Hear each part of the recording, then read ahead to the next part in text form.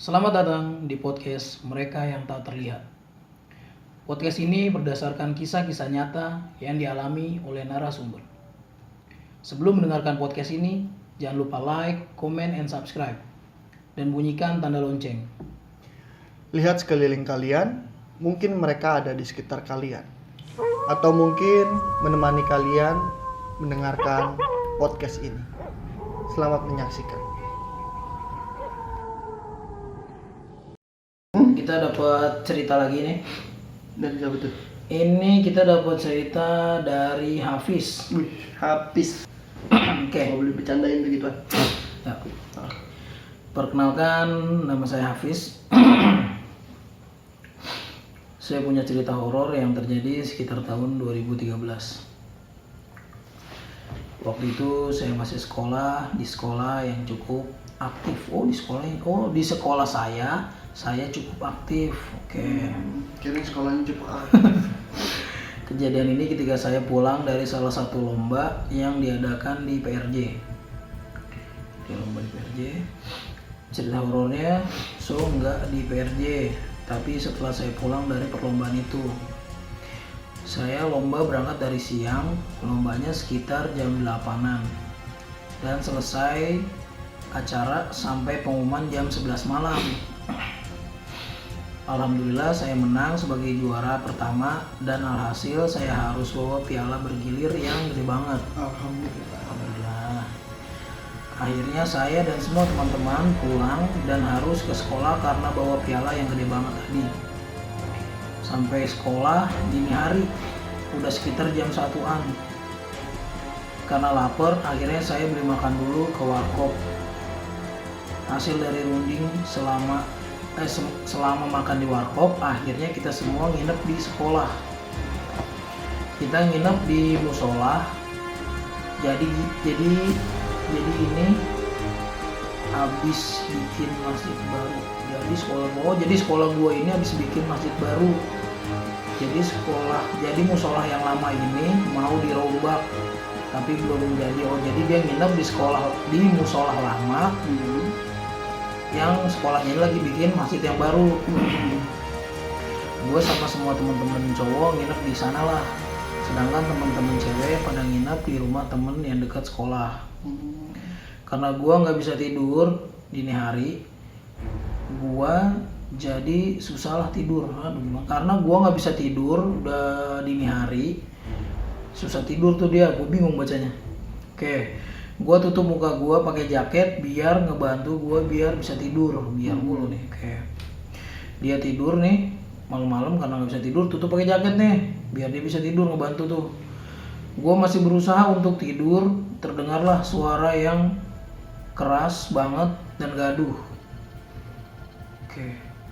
Nah, di sebelah musola ini ada satu kelas yang hampir bisa dibilang nempel banget letaknya sama si musola.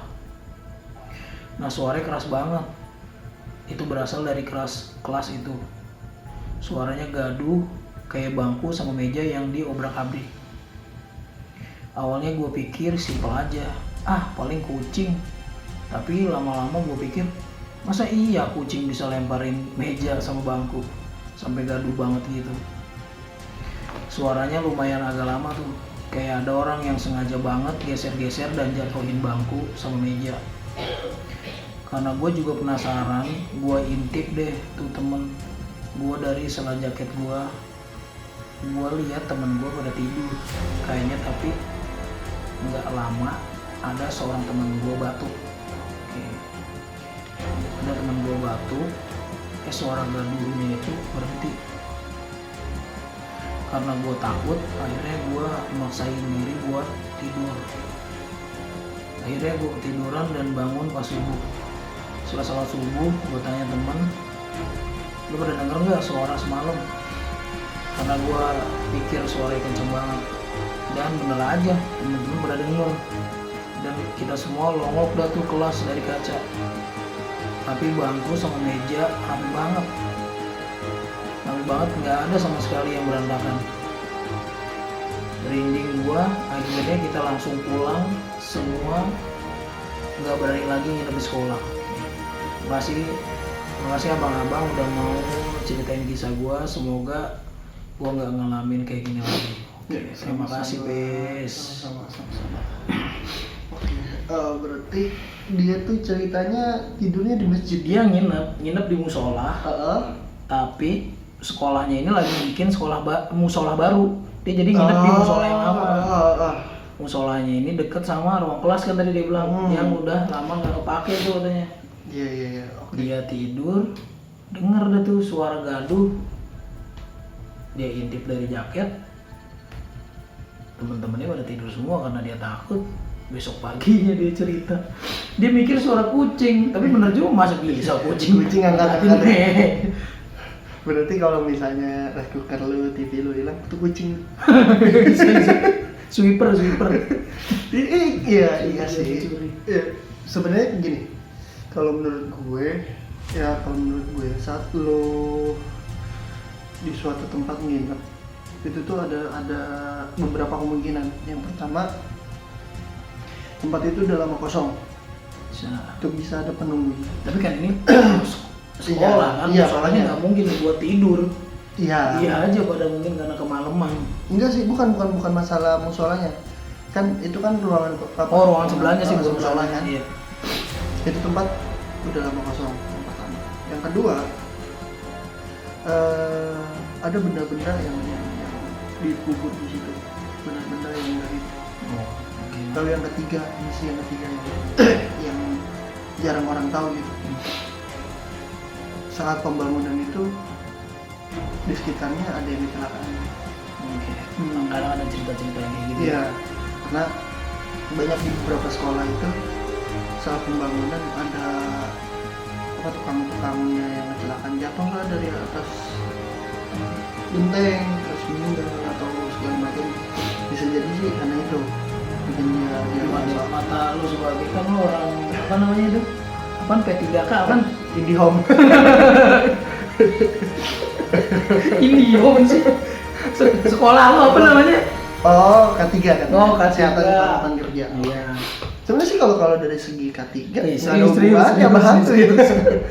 Cuman kalau dari segi pembangunan, saat ada sesuatu hal kecelakaan, pasti kita usut dulu gitu.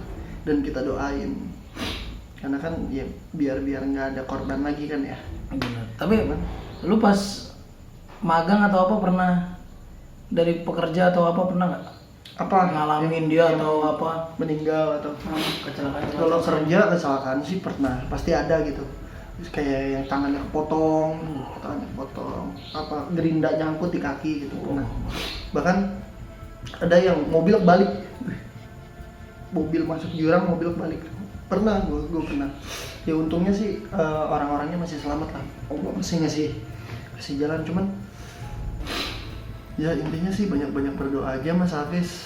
Mudah-mudahan nggak kejadian kayak gitu lagi lah ya. Buat yang dengerin juga banyak doa, ibadah. Karena kalau misalnya kitanya tuh bersih gitu, kita nggak bakalan digangguin. Apa? Terima kasih Mas Hafiz atas ceritanya. Kasih. Yang lain jangan lupa kirim juga, boleh DM atau komentar. Udah kali ya? Udah okay. Segitu aja. Jangan lupa like, comment, subscribe, dan bunyiin tanda lonceng. Kalau bisa di-share biar bantu kita ya kan. Terus kalau ada yang punya cerita, kirim di komen atau bisa DM kita. Wassalamualaikum warahmatullahi wabarakatuh.